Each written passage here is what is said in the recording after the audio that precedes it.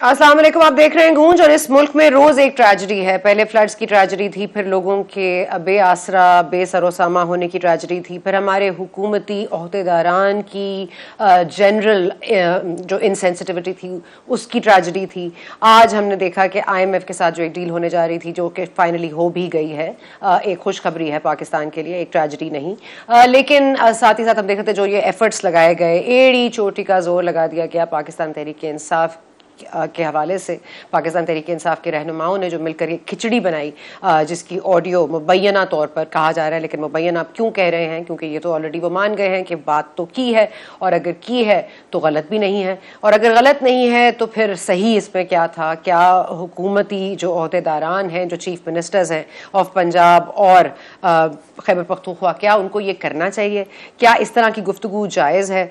मिफ्ता इस्माइल साहब ने तो शायद तमाम तर जिम्मेदारी उनकी अपनी अपनी कॉन्शियंस पे डाल दी है। मिफ्ता इस्माइल साहब जरा रैप करके आपको बता रहे हैं कि ऑडियोज में क्या हुआ था। वैसे तो आपने सुबह बहुत दफा सुबह से देख ली होगी। माफी मांग रहे हैं, बार बार बात कर रहे हैं कि माफी मांग लें और इस्तीफे दे दें, सियासत छोड़ दें, या शौकत तरीन साहब अपना ब्रीफ केस पैक करके वापस बैरून मुल्क चले जाएं, क्योंकि वहीं से आते हैं वहीं चले जाते हैं। कोई कॉन्स्टिट्यूंसी तो है नहीं जिनको कोई यू ओ देम एनीथिंग। लेकिन साथ ही साथ हमारे फवाद चौधरी साहब कितनी इंटरेस्टिंग बात को हाईलाइट कर रहे हैं। देखिए ना, tragedy of this country, again tragedy, कि फोन टेप होते हैं, फोन टेप होते हैं, क्यों होते हैं और उनको रोका क्यों नहीं जाता?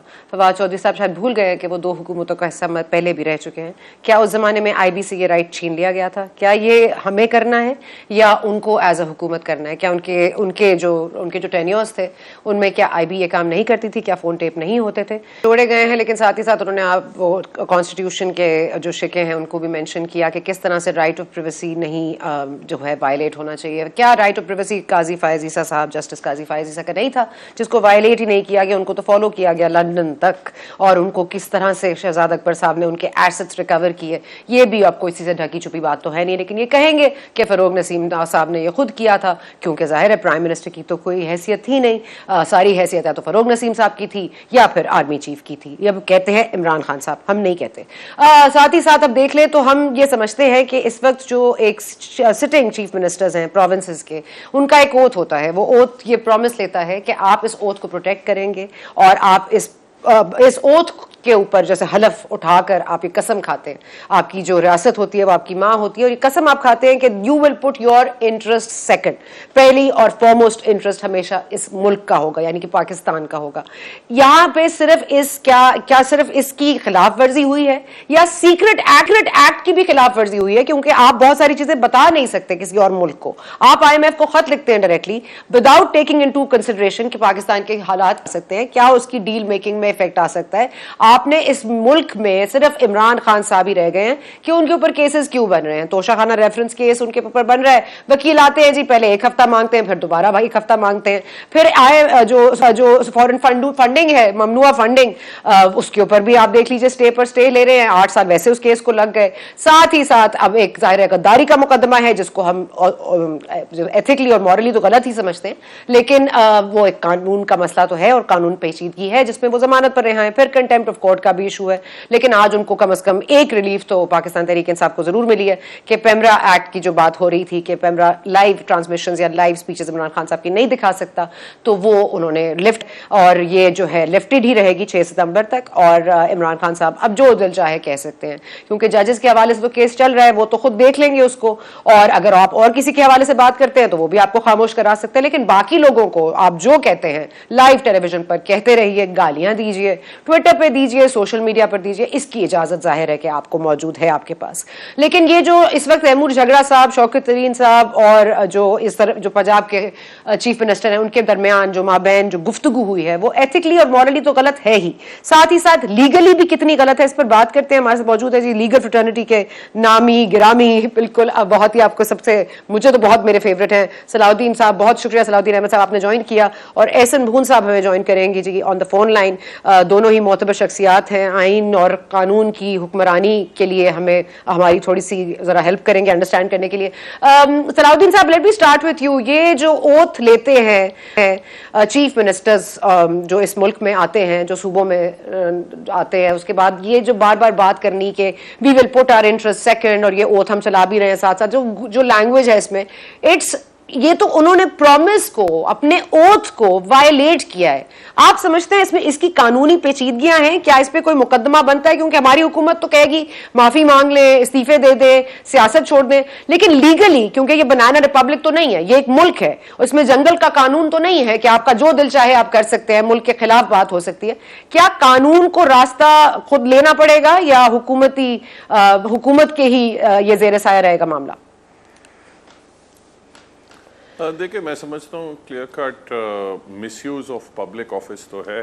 अगर आप कॉन्वर्सेशन अगर आप सुने झगड़ा साहब की और शौकत तरीन साहब की, और ये अब कॉन्वर्सेशन चूँकि अब पीटीआई ने ओन की है, तो अब ये मामला फिर सेकेंडरी हो जाता है कि ये कैसे रिकॉर्ड हुई, क्या हुआ और ये सही थी गलत थी, वो तो अब मामला ख़त्म हो गया। उन्होंने खुद ओन कर लिया और कहा कि ये कोई गलत बात नहीं की।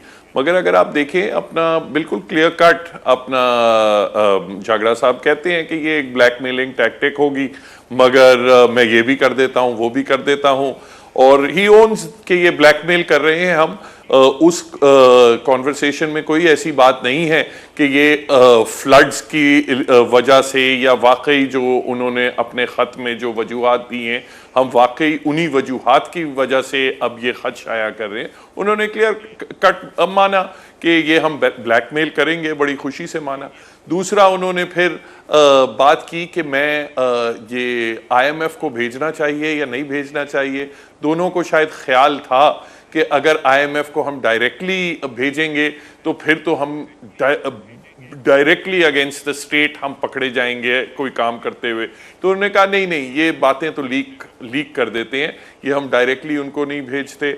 और IMF के जो नंबर 2 हैं पाकिस्तान में, उनसे मेरी दुआ सलाम है, उनको मैं वैसे ही कम्युनिकेट करता हूँ। तो अगर वाकई वजह ये थी कि सूबों के कुछ इश्यूज थे जो वफाक ने रिजॉल्व करने थे, तो फिर IMF के नंबर 2 को बीच में डालने की कोई ज़रूरत नहीं पड़ती। तो सारे फरीकैन को पता था ब्लैकमेलिंग हो रही है। वो बात जो फिर लगारी साहब के साथ कॉन्वर्सेशन हुई, तो उसमें तो और भी वाज़े हो गया।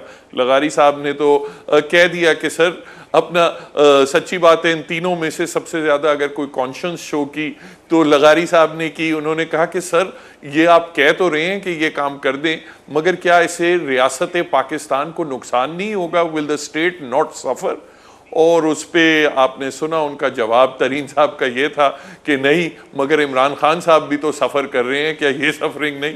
तो जब कोई फ़र्द वाहिद रियासत से ऊपर हो जाए तो फिर बड़ी तकलीफ दे, ये हर शहरी के लिए एक बड़ी तकलीफ दे बात है। और कुछ पीटीआई को अपनी सीरियस सवालात अपनी लीडरशिप से करने होंगे कि हम अपनी नफरत में इतने आगे ना बढ़ जाएं, या हम अपनी, देखिए हर पार्टी निगोशिएट करती है, कोशिश करती है अपनी एडवांटेज लेने के लिए, मगर कहीं इतने दूसरे की दुश्मनी में कि हम मुल्क का नुकसान कर लें।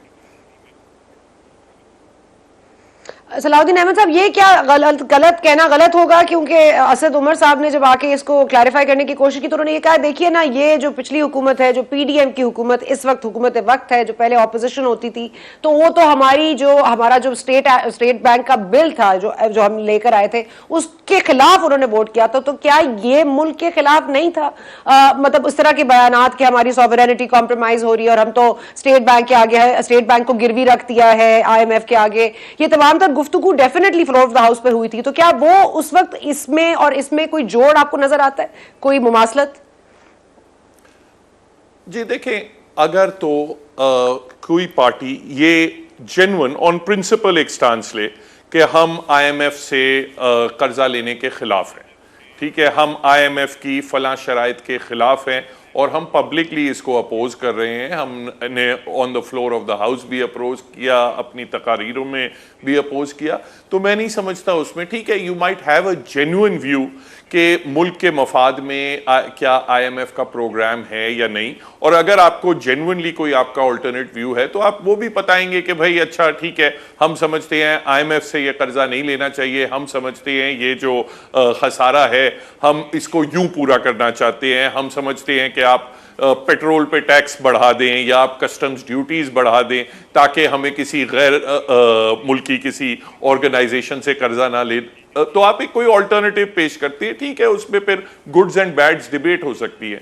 मगर जो सबसे तकलीफ दे बात थी कि जब शौकत तरीन साहब ने ये उनका डिफेंस ये नहीं था कि वाकईतन फ्लड्स की वजह से, उन्होंने कहा फ्लड्स को बहाना यूज करें, हमारा मकसद असल में ये है कि हमारे साथ कितनी ज्यादतियां हो रही हैं, हमारे खिलाफ दहशतगर्दी के मुकदमात बन रहे हैं, तो उसको काउंटर करने के लिए ये जरूरी है कि हम हुकूमत पे प्रेशर डालें, और वो प्रेशर यूं ही बनेगा अगर IMF जो है वो ये रिजेक्ट कर देती है हमारी लोन की दरखास्त। और उसके बाद कितनी कैजुअली वो कहते हैं कि मिनी बजट क्या होगा, कुछ नहीं होगा, एक हुकूमत को नया मिनी बजट पेश करना पड़ेगा। अब शौकत तरीन साहब को पता है मिनी बजट का इन सर्कमस्टांसेस में क्या मतलब होता है। उनका मतलब यही होता है कि जो ऑलरेडी पिसी हुई अवाम है, जो सैलाब ज़ादगान लोग हैं, उनके ऊपर मजीद टैक्सेस लगाए जाएं, ड्यूटीज लगाई जाएं, ताकि उसी यही मिनी बजट का मकसद होता है। तो आप और अवाम को तकलीफ देना चाहते हैं कि हमारा इससे सियासी फायदा हो, ये मैं समझता हूं बहुत ही, मुझे तो आज बहुत ही तकलीफ हुई ये गुफ्तगू सुन के। तकलीफ तो सर काफी लोगों को हो रही है, लेकिन इस तकलीफ का मदावा कौन करे। एहसन बून साहब, अगर आप मुझे सुन पा रहे हैं तो मेरा आपसे सवाल यही है, क्योंकि बात सलाउद्दीन साहब भी यही कह रहे हैं कि जाहिर है वायलेशन तो ये है, आपने अपनी ओथ को जो अंडरटेक किया है उसको तो आपने वायलेट कर ही दिया है, फिर सीक्रेट एक्ट की खिलाफ वर्जी भी है, क्योंकि वो खत IMF के पास है। मिफ्ता इस्माइल साहब कह रहे हैं हमें पता है आप वो खत भेज चुके थे, और ये गुफ्तगू करना कि हम ये कर रहे हैं और सोशल मीडिया पर सर्कुलेट होगा और उसके बाद IMF देख लेगी, और इस डील को मुतासिर करने की कोशिश करना, ये जानते हुए कि ये रियासत का नुकसान होगा, जिसको लगारी साहब ने अपनी कॉन्शियंस उनकी जागी तो उन्होंने ये सवाल भी किया, जिसको बड़ा कैलसली इन्होंने श्रग ऑफ कर दिया। इनसेंसिटिव तो थी पाकिस्तान तहरीक इंसाफ, अब कानून की हुक्मरानी और आइन की खिलाफ वर्जी में कोई नए रिकॉर्ड्स बनाने के ऊपर है, तो क्या कोई कानूनी चाराजोई हो सकती है सर के खिलाफ? बिल्कुल हो सकती है। एक बंदे ने पहले तो ओथ लिया, ही remained the finance minister of this country. पहले तो उन लोगों को देखना होगा कि ये टेक्नोक्रेट कौन लाया, कहाँ से आया, ये क्या यहाँ पे करने आया, ये सारी चीजें, और they are playing with the country just for their own benefit, और इसको आप ट्रीजन के जुमरे में नहीं लाते। मैं समझता हूँ कि लगारी साहब ने तो ये लफ्ज बोल के अपने आप को विंडिकेट कर लिया कि उन्होंने कहा ये स्टेट के हवाले से, और अगला बंदा इतना कैलेसली कह रहा है कि एक तो आप फ्लड को यूज करें जिसमें हमारे हर मुल्क का बच्चा बच्चा रो रहा है कि हमारे मुल्क के साथ, हमारी अवाम के साथ क्या हो रहा है और हमारे हुक्मरान करते क्या रहे हैं, कि किसी ने भी आज तक हर दूसरे साल हम सफर करते हैं, कोई बंदा ये सोचने वाला नहीं कि हमने फ्लड के लिए क्या करना है, और ये डैम अगर बनाए होते तो ये पानी आज हम 10 साल के लिए रिस्टोर कर लेते। और एक आदमी जो आपके मुल्क का और एक पार्टी को इस लेवल पे रिप्रेजेंट कर रहा है, वो आके ये कह रहा है कि IMF को ले ले, IMF को ये खत लिखें। अगर आपके चेयरमैन देखें, हमारे साथ यहाँ मुल्क में रहते हुए मुख्तलिफ पॉलिटिकल पार्टीज एक दूसरे के खिलाफ जो भी करती रही हैं, लेकिन स्टेट ऑफ पाकिस्तान सबसे आगे है। पाकिस्तान के बारे में जो इस तरह की सोच रखता है, he have no right to remain in this country। मैं समझता हूँ, ये मैं बड़ा वाज़े ये कह रहा हूँ। मून साहब, ये आप तो वाजे कह रहे हैं, लेकिन वाजे तौर पर हुकूमत तो कह रही है इस्तीफा दे दें, सियासत छोड़ दें, माफी मांग लें। क्या ये माफी और सियासत छोड़ देना और एक इस्तीफा आपको लगता है डज दैट टेक ओवर, मतलब जो जी ये हुकूमतें जो है ना, इन्होंने इसीलिए बेड़ा गर्क किया है। ये सारे पॉलिटिकल जो मसलतें हैं ना, सियासी मसलतें, उनके हवाले से कोई बंदा भी मुझे ये फलां कह देगा और किसी पे स्टेटमेंट अपना स्टैंड लेने को तैयार नहीं। भाई खुदा रहा, आपने कहीं तो खड़े होना है, सियासत हरल में छोड़ ही नहीं। आप why you are playing with the country, कोई इसमें बात ये नहीं पॉलिटिकल विक्टिमाइजेशन की। जब हमारी अब नवाज शरीफ के खिलाफ, मियां नवाज शरीफ के खिलाफ हमारी राय होती थी तो हम बिल्कुल खुल के यही कहते थे कि ये आप कर रहे हैं, अगेंस्ट द स्टेट कर रहे हैं। अगर ये यासीन वो क्या तरीन साहब, शौकत तरीन साहब कर रहे हैं या कोई और कर रहा है, तो मैं समझता हूं कि स्टेट को ऐसे बंदों के खिलाफ पूरी तरह खड़े होकर एक्शन लेना चाहिए। बिल्कुल ये मसलतों का पूरी पोस्टेरिटी तरह के खड़े लिए कैसे होंगे सर? कोई कानून साजी कैसे करेंगे? अभी तो जिसपे पूरी तरह खड़े हैं वो भी लड़खड़ाते हुए कदम है, लड़खड़ाते डगमगाते हुए खड़े हैं। तो इसपे कोई आपको लगता है कि कोर्ट ही कोई नोटिस ले रहे? क्योंकि कोर्ट नहीं नोटिस लेगा मैं तो कहेंगे जी समझता हूं जुडिशियल कि ओवररीच भी हो गया। सुने, अब कोई खुद कुछ करते नहीं है जी। हर बात पे कोर्ट करे, ये हुकूमतें किस लिए हैं? ये छोड़ दे, अगर ये नहीं कुछ कर सकते तो इन्हें कहीं तो खड़े होना होगा। अगर ये हर बात की अदालत करे, हर बात पे कमीशन बना दे, हर बात, पार्लियामेंट का भी कोई काम है, ये हुकूमत का भी कोई काम है, ये हमारी स्टेट की एजेंसियों का भी कोई काम है। आप हर बात में अदालत को तो ना घसीटे, ये गवर्नमेंट करे। Why they don't? नहीं, मैं तो बिल्कुल नहीं घसीट रही, मगर मैं कह रही हूँ क्योंकि हुकूमत तो नहीं करेगी ना। हुकूमत तो कह रही है अब इलेक्शन कमीशन चाहेंगे, कोर्ट जाएंगे, कोर्ट ही जाएंगे। तो इन्होंने यही जाने की नौबत ना आए। हाँ जी, यही कुछ करना है तो ये घर जाके बैठे मियां शहबाज शरीफ साहब, ये इंटीरियर मिनिस्टर, हमारे फॉरेन मिनिस्टर सारे, मैं समझता हूं कि इस पे कोई दूसरी बात नहीं। सलाउद्दीन आपके साथ बैठे हैं। सलाउद्दीन, मैं बड़ा कैटेगोरिकल हूं अपने व्यू पॉइंट में। I don't miss by word. ये क्या बात हुई कि आप? ठीक है sir, treason is a bit far fetched. ठीक है सर, मैं सलाउद्दीन साहब से पूछ रहे हैं। सलाउद्दीन साहब, treason is a bit far fetched. You think treason होता है या सिर्फ वायलेशन होता है? कौन सा कानून इस पर, कौन से कानूनी चाराजोई हो सकती है? व्हाट लॉ या what article can be used to take this और परस्यू दिस मैटर फर्दर?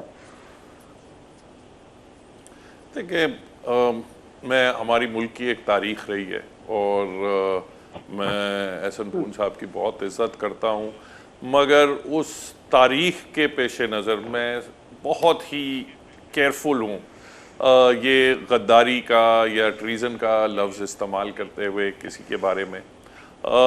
मगर डेफिनेटली देखें, इसमें एक जो बिल्कुल वाज़े जो चीज़ आई है वो ये है कि public office is being misused to confer a benefit on another, unlawfully confer a benefit on another। ठीक है, अब मैं भी समझता हूँ, मेरी नज़र में तो कम से कम इमरान खान के खिलाफ जो सेक्शन 780A का मुकदमा है, मैं समझता हूँ वो उसमें कोई दम नहीं है।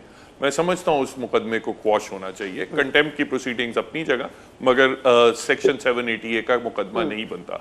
मगर अगर आप उस सेक्शन 780A के मुकदमे ख़त्म करने के लिए आप ये कहें कि मैं IMF का लोन सैबोटाज कर दूंगा, तो ये आप मुल्क के इंटरेस्ट के खिलाफ बात कर रहे हैं अपना इसमें, और ये साजिश है।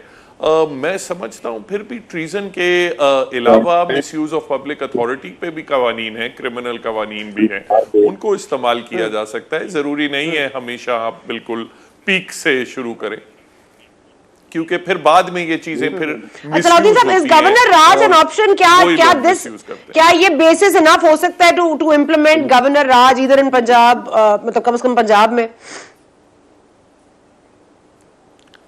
अगेन, आई डोंट थिंक कि मुल्क अभी जिस सूरत हाल से गुजर रहा है आप मजीद एक सियासी बहरान क्रिएट करेंगे इसको करके। अभी हमारा काम ये होना चाहिए, और अफसोसनाक बात है कि सब इस पेज पे नहीं है, मगर अब चारों सूबाई हुकूमतों का, अपना वफाकी हुकूमत का पूरा फोकस होना चाहिए सैलाब में जो मुतासरीन हैं उनकी मदद करें। आपस में अगर एक दूसरे की अब डिसोल्यूशन ऑफ गवर्नमेंट्स पे चले जाएंगे और फिर मजीद एहतजाज होंगे तो मैं समझता हूँ आवाम का ही नुकसान होगा। ठीक है, ओके महमूद साहब, आपका लास्ट कमेंट चाहूंगी। हुकूमतें घर तो नहीं जा रही और अगर कार्रवाई भी नहीं करती तो फिर क्या करें?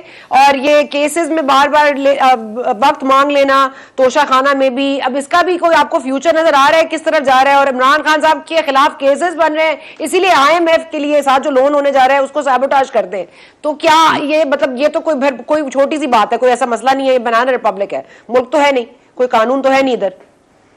मैं सिर्फ इस पे इतनी बात करूंगा, सलाउद्दीन ने जो बात की, बात ये है कि ये बात और थी कि जब हम यहाँ बात करने वालों को गद्दार कहते थे, जब आप उसके पास एक ऑडियो आई है जिसमें एक आदमी दूसरे को ये सजेस्ट कर रहा है कि आप IMF का जो डील है उसके लिए आप ये करें, और इस तरह लेटर भी लिखा गया, और उसके नतीजे में अल्टीमेटली आपका जो मुल्क है वो ग्रे लिस्ट में, ब्लैक लिस्ट में, सारी चीजों में ultimately that goes against the national interest, और उसको वो बहाना बना रहा है कि सिर्फ और सिर्फ फलाम बंदे के खिलाफ।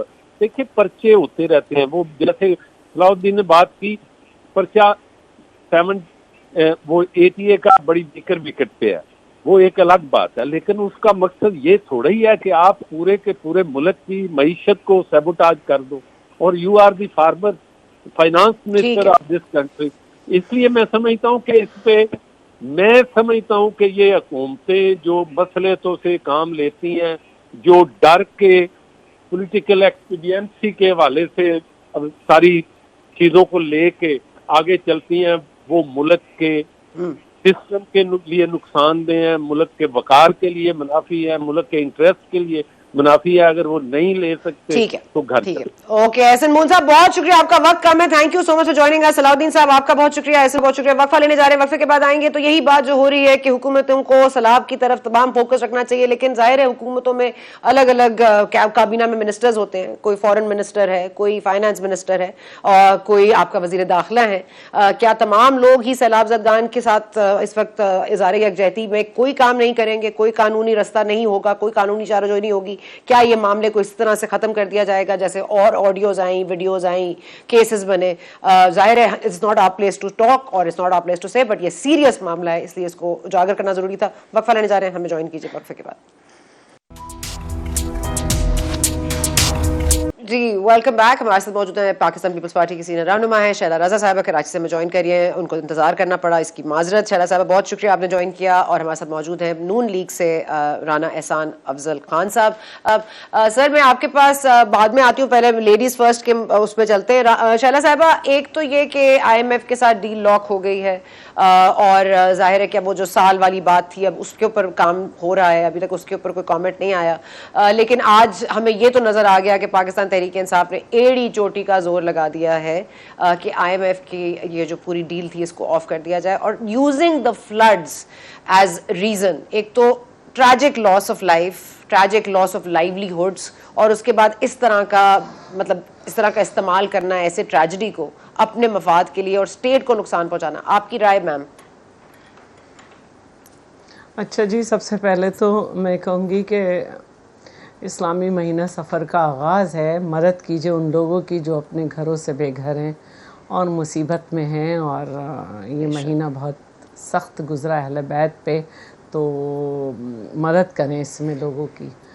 आज बुसरतुल्लाह खान मेरा भाई भी है, उसने एक ट्वीट किया है कि तरीन 11 मैच की आखिरी गेंद पे हुकूमत से आउट हो गई और मैच हार गई।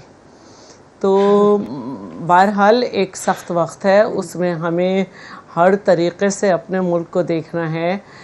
हुकूमत होते हुए अवाम से तो यू टर्न किए इन्होंने, लेकिन ये समझ रहे थे कि PTI ये समझ रही थी कि इमरान खान जो हैं वो हैंडसम हैं उनके मुताबिक, तो वो यू टर्न जब IMF से लेंगे तो कोई मसला नहीं होगा। तो हमें ऐसे वक्त में मुल्क को डिफ़ॉल्ट से बचाना पड़ा। और अभी तो अब तो ख़ुद असद उमर ने कह दिया कि ये जो IMF के चुंगल में फंसे हैं हमारी हुकूमत में, ये अल्फाज उन्होंने इस्तेमाल किए हैं। तो अभी हम उससे निकल नहीं पा रहे हैं, क्योंकि एक रियासत को माहदे पूरे करने होते हैं जिसकी भी हुकूमत हो। लेकिन मेरा ख़्याल है कि वो लोग जो ये कहते थे कि डायन भी साथ घर छोड़ के काम करती है, और फिर उस आदमी को नहीं पकड़ा कभी भी जो कि पटिशनर बना था कि तुम कहाँ हो, और ये ड्रैकोला पे कब एक्शन लेंगे जिसने अपने ही मुल्क को नहीं छोड़ा। तो मैं बहुत अफसरदा हूँ इस बात से, और मुझे बहुत हैरानी हुई। सिर्फ एक मोहसिन लगारी थे जिनका एक सवाल आया कि सर ये कुछ ऐसा हो जाएगा कि रियासत को नुकसान पहुँचे, उस पर भी आए बाएँ शाएँ और गालियाँ। तो ये वही वज़ीर ख़जाना है ना जिसने जैसे ही हुकूमत ख़त्म हुई थी तो ये कहा था कि 3 साल 8 महीने तक हुकूमत की कोई माशी पॉलिसी नहीं थी, एक के बाद एक तजर्बा करते थे। ये वही वज़ीर ख़जाना है ना जिसने कहा था कि IMF से बड़ी सख्त डील की है, पीपल्स पार्टी ने बड़ी आसान शराइत की थी।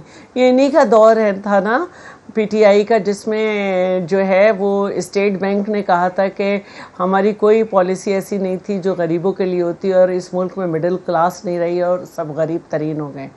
तो ये अच्छी नहीं लगती इनके मुंह से ये बातें, और मुझे बहुत अफसोस हुआ और सभी को अफसोस हुआ, क्योंकि सच बात ये है कि जब लिखा हुआ आ रहा था आज के अखबार में, हेडिंग में था कि ये ख़त है, तो मैंने ठीक है मैं निकल गई थी। और बहुत हमारे यहाँ कराची में देही सिंध से बड़े ख़ानदान के ख़ानदान आ रहे हैं, तो तकरीबन 17-18 हज़ार लोग तो आ चुके हैं, अगर मैं गलत नहीं तो 15 तो आ चुके हैं बहरहाल।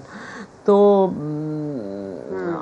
मैंने उस वक्त तवज्जो नहीं दी थी, सारा दिन इसी में लगा रहा, लेकिन ज़रा सा मुझे टाइम मिला और मैंने ट्विटर खोला तो वो पूरी कॉल्स की आप में जो कॉन्वर्सेशन है वो बहुत डिस्टर्बिंग है, बहुत डिस्टर्बिंग है। एक ऐसे वक्त में कि अभी हम परेशान बैठे हैं कि अब पंजाब से जो है सैलाब का रेला दाखिल होगा। ऐसे वक्त में सना मुझे एक बात और कहनी है कि मैंने जितने भी प्रोग्राम किए उसमें बाकायदा 15-20 मिनट का खुतबा झाड़ा गया कि हुकूमत कुछ नहीं कर रही। तो क्या आपका ख़ानदान कर रहा है काम आके? वो एंकर्स जो कह रहे हैं कि हुकूमत कुछ नहीं कर रही, कहाँ है, नज़र नहीं आ रही, तो क्या आपके ख़ानदान के लोग कर रहे हैं आके? अभी तो ये इमदाद आनी शुरू हुई है। किन लोगों के लिए हम कच्चा राशन लें? हमें तो राशन को पका के देना पड़ रहा है। हाँ, जाहिर है एक नेचुरल डिज़ास्टर है, हम उन ऑर्गेनाइजेशंस को जो काम कर रही हैं उनको लेंगे, क्योंकि हुकूमत से लकड़ी नहीं, गैस नहीं, शैला साहबा जी कम होती है। बिल्कुल ठीक जी बिल्कुल, ह्यूमन रिसोर्स कम होती है, और यहाँ तो वैसे ही कम है। हर एक को थोड़े दिनों बाद तकलीफ हो जाती थी, पब्लिक सर्विस कमीशन होल्ड हो जाता है 2014 से। तो हमने इन ऑर्गेनाइजेशंस को भी ऑन बोर्ड लिया है। ये एक कौमी अलमिया है, और इस वक्त सारा अनाज, सब्जियाँ, सबकी शॉर्टेज है, फिर भी हुकूमत पका के खिला रही है। लेकिन मैं ये कहूँ कि जी लाड़काना में सिर्फ एक डॉक्टर है, फलानी एंकर कह रही थी, फलानी जगह यूं कह रही थी एंकर। भाई मैं पूरे पाकिस्तान को चैलेंज करती हूँ, सिंध से अच्छी हेल्थ फैसिलिटीज़ अगर हैं, सिंध ने सबसे ज़्यादा डैम बनाए, अभी तक किसी में शिगाफ नहीं पड़ा। सिंध ने अपना बिजली घर बनाया है, सिंध ने अपनी ट्रांसमिशन लाइन बनाई है, लेकिन एक ऐसी बारिश जिसकी इतनी पेशीन गोई नहीं थी। यही कहा था कि 150% बारिशें ज़्यादा होंगी, यहाँ तो 1000% से ज़्यादा बारिश हो गई। 350% खड़े हो जाते हैं, कैमरा उठा के खड़े हो जाते हैं। ठीक है शैला साहब, आपकी बात लाड़काना में भी डॉक्टर है, कैंप पे एक हो सकता है, लेकिन हॉस्पिटल सब चल रहे हैं। कैंप पे एक इसलिए होता है कि रेफर किया जाए कि कहाँ पे भेजना है। और जो दादू की बात कर रहे हैं उनको समझना चाहिए कि जोई वगैरह में बलोचिस्तान की पहाड़ियों से पानी आता है, उसको रोका नहीं जा सकता। ठीक है, ठीक तो है, ये जो रोका तो IMF की डील को भी नहीं जा सका, बड़ा एड़ी चोटी का जोर लगा।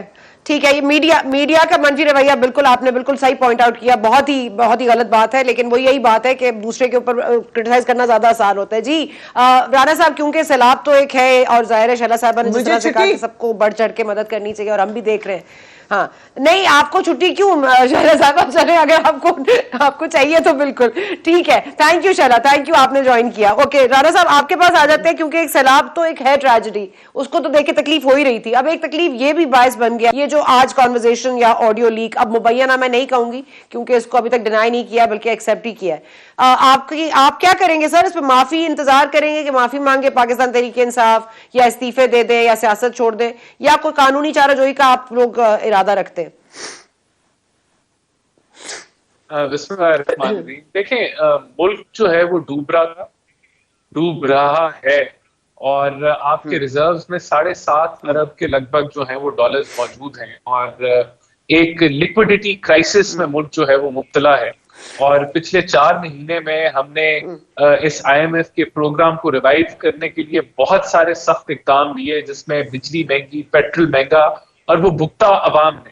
अवाम इसलिए भुगत रही थी कि खुदा ना खास्ता हम डिफॉल्ट की तरफ ना चले जाएं, और ये सब ने ये सफर किया एज कलेक्टिवली इस मुल्क के अंदर ये महंगाई और इन्फ्लेशन के जरिए। और एक जमात जो है जो लेक्चर देती थी इंटरनेशनल साजिश के, जो लेक्चर देती थी मीर जाफर के, उसने जो है वो ये डील होने से पहले जो है वो खंजर घोंप दिया कमर के पीछे पाकिस्तान की मईशत के, कि शायद ये अगर हम काम कर लें, ये खत हम रिलीज कर दें, तो शायद ये सैबोटाज हो जाए डील।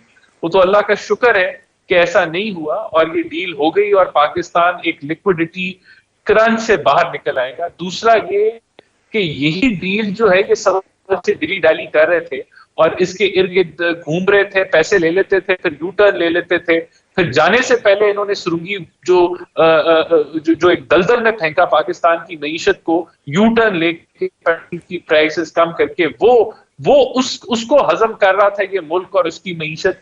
तो अब ये जो है वो नया खंजर इन्होंने घोंप दिया, तो निहायत ही अफसोसनाक सूरत हाल है। मैं समझता हूं कि इसके ऊपर कानूनी, मेरा ये पर्सनल ख्याल है कि होना चाहिए कार्रवाई, क्योंकि जब आप मुल्क की नेशनल सिक्योरिटी को थ्रेटन करें, जब आप मुल्क की इकोनॉमिक सिक्योरिटी को थ्रेटन करें और बाय प्लानिंग करें, और देखिए या ये कोई होता ऐसा सियासतदान जिसको समझ नहीं थी इकोनॉमी की, ये तो शौकत तरीन था जो कि फाइनेंस मिनिस्टर रह चुका है, उससे ज्यादा बेहतर कोई नहीं जानता कि अगर IMF की डील ये आज थ्रू ना होती, 2 हफ्ते भी आगे चले जाती, 2 हफ्ते के लिए भी मौका हो जाती, तो डॉलर और आपकी फॉरेन एक्सचेंज के साथ, फॉरेन एक्सचेंज रेट के साथ क्या होना था इस मुल्क के, वो एक भयानक सूरत हाल होती। तो मैं समझता हूं कि ये सिर्फ ये जानते हुए वो लेटर निकालना और ये चांस लेना, ये रिस्क लेना कि शायद ये डील जो है वो डिले हो जाए या मौखर हो जाए, ये एक बहुत बड़ा नेशनल सिक्योरिटी को थ्रेट से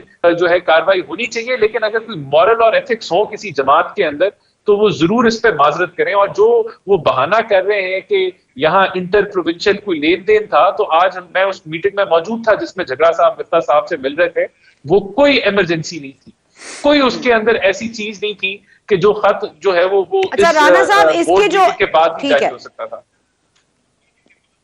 चले, इसका नेगेटिव इम्पैक्ट हमने देख लिया कि पाकिस्तान तहरीक इंसाफ में जाहिर है इस तरह की एक सोच पाई जाती है। सोच क्या इमरान खान साहब के हवाले से ही है, हर चीज इमरान खान साहब के लिए ही की जाती है। मुल्क तो ऑफ कोर्स मैटर नहीं करता, मुल्क के लोग अवाम मैटर नहीं करते, लेकिन अगर आपके लिए अवाम मैटर करती है, और मिफ्ता साहब की एक बड़ी टफ जर्नी रही यहाँ तक लाते लाते मुल्क की इकोनॉमी को, और ये बार बार कहा जाता था डिफॉल्ट होने वाला था इसलिए हम आए।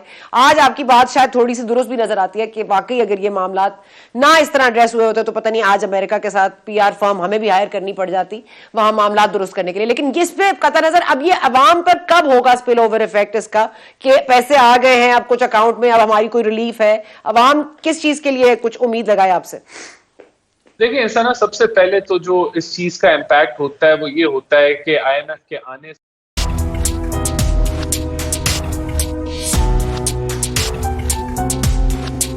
जी एंड वेलकम बैक। इस मुल्क में मॉरली, एथिकली और कानूनी तौर पर जो मामलात हैं वो तो ज़ाहिर नज़र आ ही रहे हैं कि कितना कानून की खिलाफ वर्जी हो रही है और कितनी आइन के पाबंद हैं लोग और नहीं हैं। लेकिन साथ साथ जाते जाते कम से कम हमारी अगर कोई हम में ईमान बाकी रह गया है तो हम आपको एक हवाला देते हैं। रवायत है कि नबी सल्लल्लाहु अलैहि वसल्लम ने एक कबीले को देखा, मज़र कबीला था, वो फाके कश थे और वो बहुत अफसरदा हुए इनको देख के। उन्होंने सहाबा कराम से कहा कि इनके लिए राशन या इनके लिए जो भी हो सके मदद के लिए कोई इमदाद इकट्ठी की जाए। और जब वो दो ढेर जब कहते हैं जो तीसरे में से 2 हिस्से जमा हो गए तो नबी सल्लल्लाहु अलैहि वसल्लम के चेहरे मुबारक पर आसूदगी थी, मुस्कुराहट थी। क्या हम भी ऐसी मुस्कुराहट के ख्वाहां हैं? क्या हम भी लोगों की मदद करके ऐसे ही मुस्कुराते हैं? क्या लोगों की तकलीफ में हमें भी इतनी तकलीफ होती है? ये ज़रूरी सवालात हमें ज़रूर करने चाहिए और ये इसके लिए जो भी हो सके सैलाब ज़दगान के लिए हमें बढ़ चढ़ के अपना हिस्सा डालना चाहिए। बस इसी पॉइंट पे हमें दीजिए इजाज़त and we will see you tomorrow.